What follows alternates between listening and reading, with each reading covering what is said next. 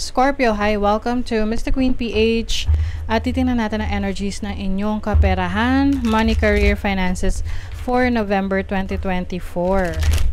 Ayan. So, if you're interested in private readings, meron tayong promo ngayong November, 25% discount sa lahat ng tarot reading services. Pag nag-avail kayo or nag-book kayo ngayong November 2024. So, lahat ng information, links, nasa description, paki-check nyo na lang or sa pinned comment. Okay? Kung paano mag-book for a private reading. So, let's see, Scorpio, what's coming to you? And it's Scorpio season. Happy birthday, happy solar return sa inyo. I wish you all the best in life, happiness, success, good health. So let's see what's coming to you, Scorpio, ngayong November. Uy, cloud. I think you are going to be very devotional, no? Ngayong November. Devotional pagdating sa trabaho mo, sa career mo, talagang bibigyan mo ng so much attention ngayon. Andun yung focus mo, andun yung pag-aasikaso mo, kasi naniniwala ka sa magiging resulta nito or your vision for your career, for your business. Kumbaga, you are seeing things in a long-term basis. So, halimbawa kung may business ka ngayon, andun yung focus mo kasi meron kang vision for your business na within a year, within the 6 months or a certain time frame, nakikita mo yung sarili mo na magiging successful or nakikita mo yung magiging situation ng trabaho mo or ng business mo in a certain specific time, no? In a certain time frame. So, talagang andun yung devotion mo, yung iyong focus, yung iyong mga plano. You've been thinking about improving yourself, not just for a certain parang isang trabaho lang or isang business lang or whatever, kung ano man yung focus or attention mo ngayon, whether sa career mo or may business ka or may projects ka or may investments ka ngayon, na-inspire ka because of your visions. Kumbaga, alam mo, yun yung inspiration mo, yung vision mo for your business or career. Also have eagle. So speaking of vision, talagang you are seeing things in a different perspective. There's a lot of growth sa'yo. Marami kang learnings in your past experiences. And this time, ikaw yung tipong mas nag-observe ka. About your surroundings, about what's going on in your career or in your business. Maaring mas focus ka on the bigger picture. You have a wide perspective in your plans para sa career mo, sa business mo, sa trabaho mo, ano man yung sources of income mo ngayon, saan ka man kumukuha ng pera. So, you are very confident, no? Na kumbaga malakas yung loob mo, malakas yung paniniwala mo sa sarili mo, sa visions mo, sa pangarap mo, that you will be able to reach your goals and dreams.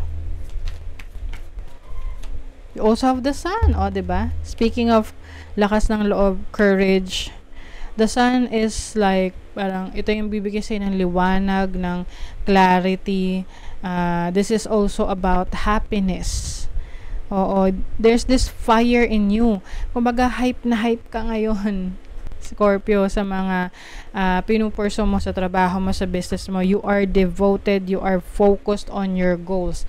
You keep your eye on the prize. Kumbaga, alam mo yung magiging resulta ng paghihirap mo, ng mga efforts mo. Kaya, alam mo na worth it yan. May mga times na mahihirapan ka, yes. May mga times na challenging siya, yes. Pero, alam mo sa sarili mo that it is going to be worth it. Okay? Worth it siya. You have the 5 of Pentacles. So, this is part of the struggle na maaari mong ma-experience. Na sa una, parang ang hirap i-balance ng time mo, ng energy mo, ng resources mo. Pero eventually, magagawan mo ng paraan yan. I feel like, pati naman tong pusa na to, parang may tinitingnan siya na parang ito yung eye-opener sa kanya, no? Na akala niya wala nang solusyon, akala niya wala nang magiging pagbabago sa sitwasyon niya. But I think you're going to see some changes or an opportunity para maayos mo yung finances mo or yung situation mo sa trabaho mo ngayon. See, the Ace of Cups, this is a new beginning, a new inspiration for you, a new source of happiness.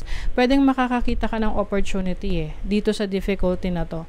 So, meron na naman tayong example.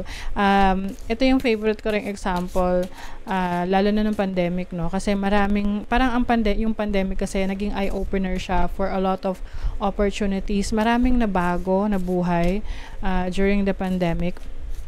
So, ito yung kwento nung nawalan ng trabaho, silang mag-asawa ng pandemic, and parang gumuho yung buhay nila, no? Na parang wala na silang sources of income. Pero, yung time na yon, yung adversity na yon, yung problema na yon, yun yung naging opportunity sa kanila to think outside of the box. Yun yung nag-push sa kanila na, teka, kung itong trabaho na to ay kahit anong trabaho na pasukin natin, may pagkakataon na mawawala yan sa isang idlap. Ano yung mga bagay na pwede nating gawin within our control? So, sumubok sila ng negosyo.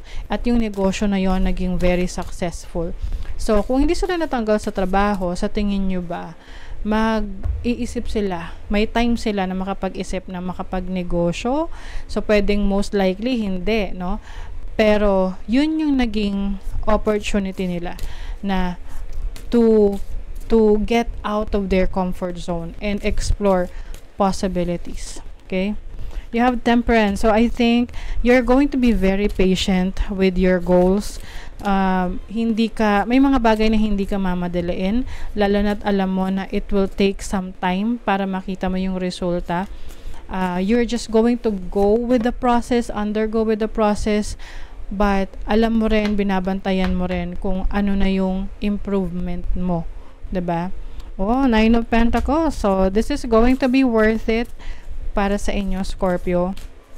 Kung ano man yung challenge ninyo ngayon or may experience ninyo, pwedeng nangyari na yan in the past. Ngayong November is going to be a transitional period for you because makakakita ka ng opportunity sa isang problema na meron ka, no? Lalo na sa trabaho mo, sa business, sa career, or financial situation mo. At ito yung magbibigay sa iyo ng mas marami pang pagkakataon to multiply your income or your sources of income. See, Page of Cups, mabubuhayan ka ulit parang may bago kang pangarap na you will explore, you will discover about yourself. So, yung iba, this can be your talents, your skill set, or other things na hindi mo sinubukan before, but now, you are seeing the opportunity na why not, no? Bakit hindi? Wala namang mawawala kung susubukan, 'di ba? You have Birdcage. So, ito ay yung codependency. Pwede kasing you feel like you are limited, no? Na baka iniisip mo na ito yung reason kaya hindi mo magawa yung gusto mo because you are limited. So, ang tanong, paano ka makakaalis sa limitation na yon? Ay, allow mo ba yung sarili mo na maging parang nakakulong sa sitwasyon na yan, na hindi ka malaya na i-explore yung gusto mo? So, it will always be your choice, no? So, kasi iba sa inyo, pagod na kayo sa sitwasyon nyo, gusto nyo nang may magbago, and you want to experience yung excitement ulit no? Yung gigil pagdating sa trabaho. So, kahit na mag-isa ka lang, no? Some of you, may mga taong hindi susuporta sa gusto nyo, pero kahit mag-isa ka lang, you are on your own doing this, gagawin mo pa rin. Walang makakapigil sa'yo. Okay? Let's see your last message. Sovereign. Oh, ang ganda May crown. You are the queen or king of your life. Treat yourself like a royalty. So, you're going to reclaim your crown. Ang crown, it symbolizes power. It symbolizes control. It symbolizes success.